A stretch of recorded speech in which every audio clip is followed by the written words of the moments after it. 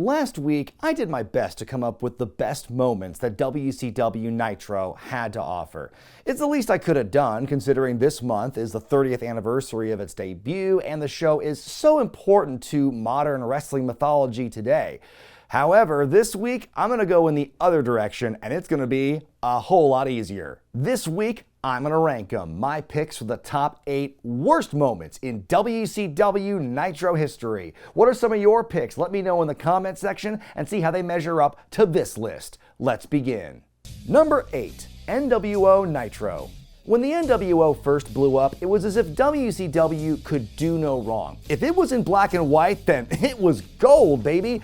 Unless they didn't have anyone to actually work off of. Then it was just kind of sad. First, there were the silly segments on WCW Saturday Night. Then came Sold Out 97, the first ever NWO-friendly pay-per-view that saw the gang enter the building on garbage trucks, a fine visual representation of what was presented that night. Then that December, the true goal was realized, a block of Monday night television just for them. NWO Nitro, for the order, by the order.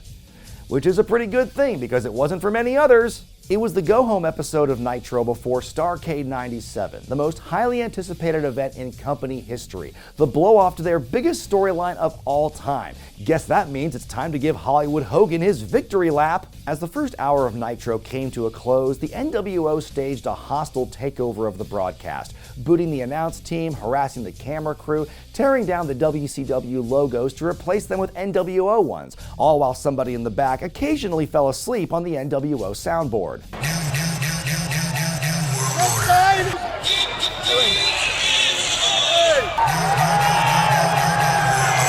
Then for the next hour or so, when they weren't dog-walking all their WCW opponents, the lads just spent the show goofing off and showering Hogan with praise. They gave him a motorcycle, they hung banners, they sang him songs. I'm dreaming of a white Christmas. Maybe that's why he was lip-syncing in the Redneck Triathlon. The show ended with the Stinger sending a not-so-subtle message to Hogan, but by that point the baddies had had their vitamins and taken them too. A lot of fans had tuned out over all the self-indulgence, giving Raw the victory in viewership for the hour. NWO Nitro fell on its ass and never came back. All that set redesigned for naught. With it being days before Christmas, you'd think Bischoff would have seen this as his come-to-Jesus moment, but even after Starrcade, the group remained dominant to the point of overexposure. And if you can believe it, this is far from the worst thing on this list having to do with the NWO. Stay tuned. Number 7. Well, that's a neat coincidence. In 2025, there are few long-term success stories in wrestling quite like Dustin Rhodes, who only now, at the age of 56, may have to finally call it quits after double knee replacement surgery. Truly an inspiration. But 25 years ago? Things weren't as positive and rosy for the natural. Dustin's slippery slope into WrestleCrap territory really began in 1998 during his artist phase, then his born-again phase. But then the gilded wheels really fell off in '99 when he left the WWF and headed back to WCW. Obviously, he couldn't be Goldust there, but there wasn't anything saying he couldn't be painted up. Fear me, you will. Stop me, you cannot. Actually, you know what? Let's put a break on that. Before anyone goes throwing stones at Vince Russo for this, Dustin himself has taken all the credit for this one, the result of a creative brainstorm that also involved his father Dusty, and yes, even a young Cody Rhodes. Russo had approved the character, which was inspired by the recent sci-fi film Dark City, and this being WCW, they naturally went all out in the hype. What's under your bed? What's in your closet? Who is in your window? WCW, this is the real That's right, my son. Now sleep, my child. And before anyone says something in the comments, no way that kid is 14-year-old Cody. Besides, you just know he would have fought against being booked as evil anyway. After weeks of bizarre vignettes, it was finally time to face the music on the November 8th, '99 edition of Nitro. I'll give them this, the entrance was pretty cool, but then... I want everybody in here to take a good long look at this crap I'm in. All of you don't know I was Goldust, and Goldust sucked. So I stand before you, and oh, my new name is 7, by the way, so... At the last minute, Russo suggested to Dustin that they throw the whole thing out, claiming that standards and practices put the kibosh on it.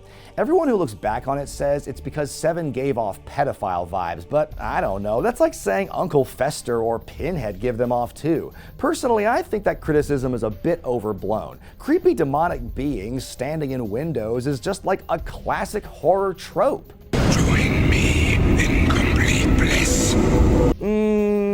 Okay, look, if he said that while he was holding candy in his hand, I could see why S&P hated it. So instead, Vince told Dustin to shoot on WCW creative and decry the company for saddling him with such an awful character. It would get people talking and put a lot of heat on Vince Russo, who at this point, his face was still not seen on television and he was never getting into a program with Dustin anytime soon, so good job. Dustin ditched the face paint but kept the jacket, spending the rest of his time in WCW as the first American Nightmare. As ambitious as the Seven character was, it seemed a bit too outlandish for WCW, even without any kids involved. Ditching the gimmick might be one of the few Russo ideas I agree with, but by bailing immediately for a temporary shock, all it did was waste everyone's time, and it made Dustin, and of course WCW, look even more foolish. Number 6, the Great Championship Reboot. Comic books, TV shows, movies, all have done the occasional retcon now and then. Whether it was Bobby Ewing's death being undone in Dallas by revealing it was all a dream, superheroes dying only to be brought back to life, or on Community when they blamed the one season Dan Harmon didn't write on a gas leak, sometimes you just gotta say oopsies and start over. Yet wrestling has rarely, if ever, done the same thing because of that strange link it has between fantasy and reality, and some fans might think that would be a bridge too far. But 25 years ago, Vince Russo said, "Hold my bro." By the spring of 2000, Russo had been hired as head writer, demoted to be part of a committee, walked out in protest, then came back to work alongside the formerly fired Eric Bischoff in trying to resurrect this extremely damaged brand. And they decided the best way to turn the train around was to simply stop it in its tracks. On the April 10th episode of Nitro, 1 week after airing a Best Of show, WCW went live once again to kick off the Bischoff and Russo era, both on camera and off. They stood in the ring surrounded by all the young up-and-comers who'd been held down by established talent, like Brian Knobbs, for instance. After drawing a line in the sand between the New Blood and the Millionaires Club, the guys then stripped all the championships from the existing title holders, completely halting any ongoing storylines and announcing they were starting from scratch. And that idea goes really hard if you're not into thinking or working too much. But just like with Seven, simply throwing their hands up and starting over, they might as well have been telling the fans, you shouldn't care about this either. By the way, after the reset, the WCW title would change hands 18 times throughout the rest of the company's existence, including to David Arquette, Vince Russo himself, and 2 vacancies. Great job.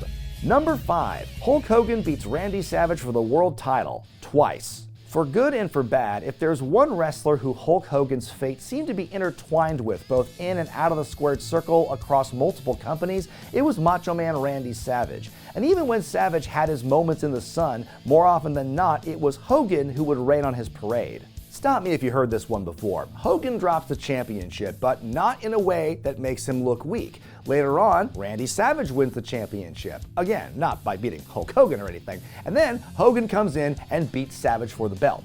If that sounds familiar to you, WCW fans felt major deja vu in the span of 1 year. The first time came on April 20th, 1998. Savage was in the midst of a split from the NWO Black and White and managed to beat Sting for the big gold belt at Spring Stampede one night earlier. That's the same Sting, by the way, who triumphantly beat Hollywood Hogan at Starrcade months earlier and then would go on to join the NWO Wolfpack 6 months after this. No, it's not important to this story, but I just want to point out the stupidity. Hogan challenged Savage to a title match on Nitro, and with the help of unofficial NWO satellite member Bret Hart, won the belt as Savage left to heal his torn ACL. Fast forward to Bash the Beach 99, Savage wins the belt yet again, and again, one night later, he drops the belt to a returning Hulk Hogan. And he wasn't even injured to justify it this time? God, I would have been pissed. At least this time he got some solid shots in with that weight belt. Randy probably knew there might not be any big matches between them again, so he had to make them count. Number 4, the NWO impersonates the Horsemen. Look, I'm not so naive as to believe that there are many sacred things left in pro wrestling. Sometimes if you want to get heat, you gotta dig deep and get really personal. But this next entry is an example of when keeping it real went wrong. On the August 27, 1997 episode of Nitro, Arn Anderson decided to call it a career, announcing his retirement after literally breaking his body on behalf of WCW. It was an emotional moment in the ring that night, as Arn solemnly looked back on his career and granted Curt Hennig his spot as the new enforcer of the group, while best friend Ric Flair did all he could to hold back tears. It was kind of rare and surprising to see such a touching moment at this point in professional wrestling, a business that's so desperate to hurry and get to the next spot, so to speak. So, what's next? Laughs? Somebody want to have some laughs? In the first of what would become many costumed, imitative skits by Kliq members across the land for the next few years, members of the New World Order came out in horse drag the following week on Nitro. Dressed as Arn with a bald cap, an overstuffed gut, a neck brace, and a beer cooler in his hand, Nash proceeded to roast a man who'd retired due to a legitimate injury the previous week. Now, heels getting heat off of another person's injury has been done before, often to great success. And I'm not gonna lie and say that Nash doesn't have good comic chops, so why was this angle considered so tasteless? Well, in cases like this, typically both parties are in on it. And in this case, the Horsemen were definitely not. To them, it felt like a betrayal, a shot they weren't allowed to fire back on, not to mention all the additional heartbreak on Anderson's family who happened to be watching the show that night. Oh yeah, and the Horsemen couldn't even get revenge at the ensuing War Games since Curt Hennig turned on Flair in the match. And speaking of whom, number 3, the many deaths of Ric Flair. Like I mentioned last week, WCW tried their best to get rid of Ric Flair over the years. It's kind of nuts how badly they wanted to slough him off despite him being such a vital part of the company. Their get-out-of-jail-free card for the last decade. And you would think after seeing all the booking he was subjected to, particularly in the last few years of the company, how could he have withstood all that? 2 weeks before his date with Eric Bischoff at Starrcade 98, only 3 months after his dramatic return in Greenville, Flair delivered one of his trademark impassioned promos, full of bravado and attacking inanimate objects, only to be done in by terrible timing. To show the world you have no heart. Ric Flair, totally exhausted, and perhaps for good reason. This man has hurt himself. Might get somebody here. Oh my God. Imagine if he said something else like, "You have no penis." Oh, he would have been traumatized. Suddenly things got very serious. Friends and officials gathered around the Nature Boy, commentary dropped out. They really did their best to convince viewers this was the real deal, all while keeping the cameras squarely focused on the poor bastard. Of course, it was all done to build extra sympathy for Flair and make him seem vulnerable in his match with Bischoff. Then again, the fact that Flair was still advertised to wrestle 2 weeks after a supposed heart attack sort of killed the angle's credibility altogether. And you know what's really sad about this? They weren't even in as bad a place as World Class Championship Wrestling was when Fritz von Erich pulled the same stunt a decade earlier, and look how well that worked out for them. Then finally, in a cop-out of a twist that made it even worse, they tried to back away from the controversy by suggesting that Flair had merely been poisoned by Bischoff. See guys, it wasn't nature, it was attempted murder. Totally different. But that's just one of the many times Flair would be humiliated throughout Nitro's rich history. Who can forget when he got thrown in the nut house and tried dancing with the orderlies, or when he got a bloodbath courtesy of Vince Russo, or when Russo shaved his head, or when the filthy animals left him in a shallow grave in the desert, which was never brought up again upon his return. Then there's this all-timer, a lowlight from the February 15th, 1999 edition of Nitro, an episode so bad it almost deserves its own entry. On a show that featured an angle with suspended referee Scott Dickinson, a random trios match that went for 20 boring minutes, and Bret Hart beating Mad TV's Will Sasso only after the assist from Sasso's co-star Deborah Wilson, yes, that happened. The viewers were also treated to multiple vignettes showing President Ric Flair being taken to the show with other executives driven by his temporary lackey in Eric Bischoff. But it was a setup as the Bish brought Flair to a remote location to get beat down by Hollywood Hogan and the New World Order. And man, this was an all-time ass-kicking, like 10 uninterrupted minutes of this brutal, savage beatdown, the kind that would leave a man deader than dead in real life, all caught on camera. Then we would see him getting picked up by some random stranger on the side of the road. Then we'd see the truck driving to the arena instead of someplace like a hospital. Then we'd see Flair somehow make his way back to the building to try and take the fight to Hogan again, only for him to take another massive beating to end the show. And here's the thing, all those bits they kept cutting to, like the airplane hangar, the limo ride, the beatdown, the stranger picking up Flair, all that, none of it was acknowledged or even referenced by the commentary on that show. Apparently, they, in kayfabe or whatever, just didn't see that footage and it was just for the audience. But how is that possible? If we can see it, why couldn't they see it? They didn't know why the NWO came to the building wearing ski masks, or why Flair was missing, or why he showed up in a stranger's truck covered in dirt and bruises and wielding an axe handle. Was this all meant to be taking place outside the realm of the show? How could there be that kind of disconnect between the action and the voice of the product? Don't you think that on the go-home episode before the big world title match at Super Brawl that we should get a little clarity in our storytelling? But you know what? Okay. I think I get it now. After recapping all this, I think I understand why Ric Flair stayed in the company to the bitter end. I mean, if Space Mountain can survive a plane crash, a lightning strike, kidney failure, and a mid-match heart attack, what's a little shitty booking gonna do? Number 2, Vince Russo wins the WCW Championship. If this video were a countdown of the worst Thunder moments, then David Arquette winning the championship would easily top that list. But here, you're somehow getting a derivative of that. Few people copied his own homework more than Vince Russo after becoming the head writer of WCW, and there was no recycled storyline more lucrative than that of the evil boss. It began innocently enough when he debuted as the faceless powers that be, then things got out of hand when he became an on-screen character on Reset Day. But Vinny Rue's run as a Mary Sue reached an all-time level of suck when he booked himself to challenge Booker T for the WCW title in a steel cage on September 20th, 2000. Why?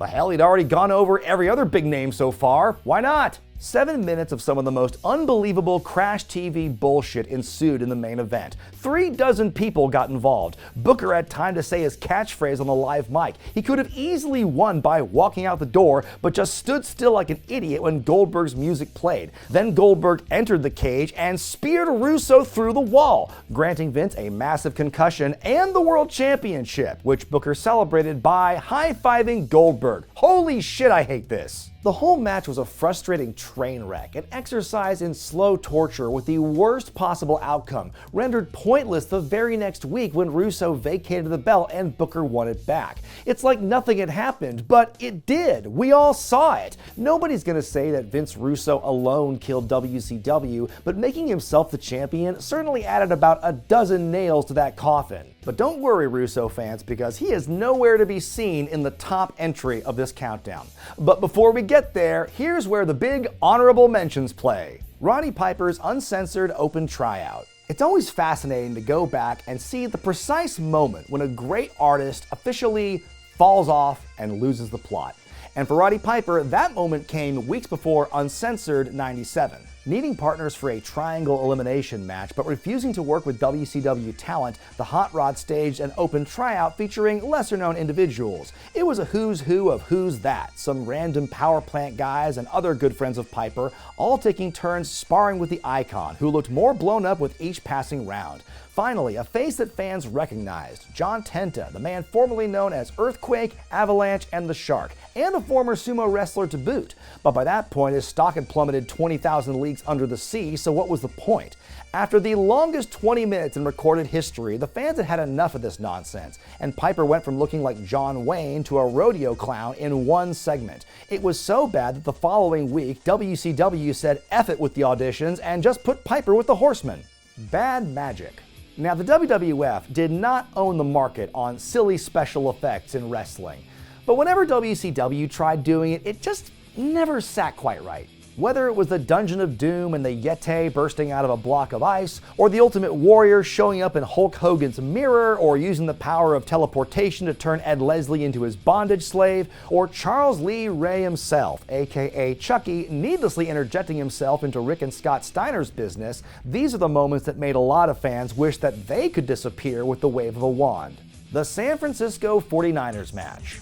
Longtime viewers will know this match also ranked high on the worst gimmick matches countdown I did about 100 years ago, and it still holds up as a god-awful piece of TV business. A direct result of entry number 2, the vacated belt was decided in Vince Russo's Wet Dream, a match with 4 poles. Atop the poles were some boxes, and inside one of those boxes was the world title.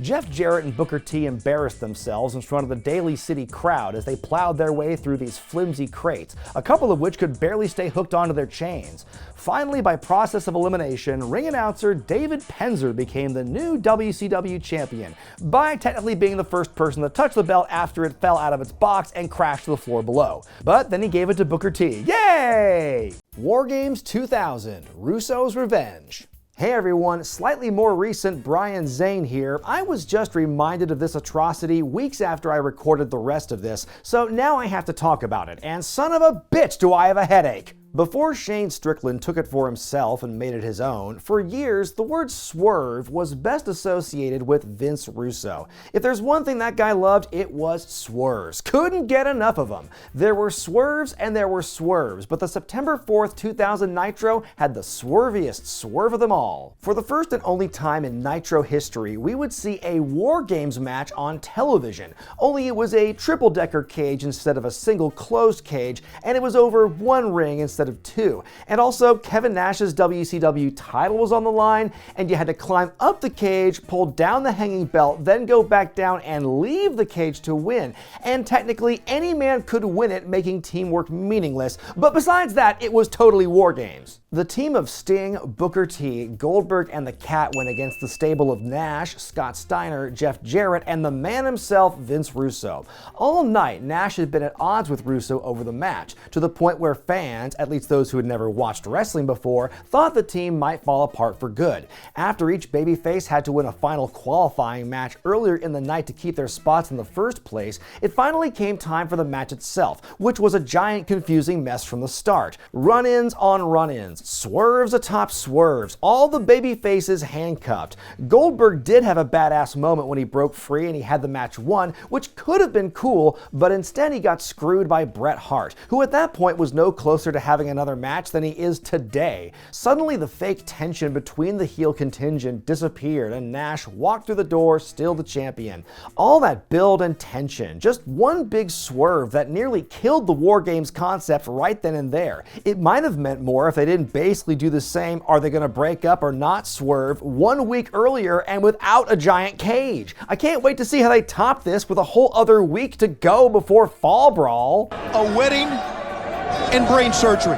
If I'd remembered this match when originally putting the list together, I think I would still put Russo's championship victory as number 2. I mean, shit, at least a wrestler won the War Games match. Okay, let's get this over with. And my pick for the worst moment in WCW Nitro history is, well, everyone else's, the finger poke of doom. By the end of 1998, the bloom was officially off the rose for WCW. There was that big glass ceiling, bloated nitros, division within the locker room. Things were looking pretty dire, but they still had one really big thing they could hang their hats on. They had Bill Goldberg, the WCW champion, and that hot, unbeaten streak. We're 73-1 and a new world champion. Well, a rematch was made for the first Nitro of '99, January 4th in Atlanta. But as the show began, Goldberg would be confronted and arrested by local police for allegedly stalking Elizabeth.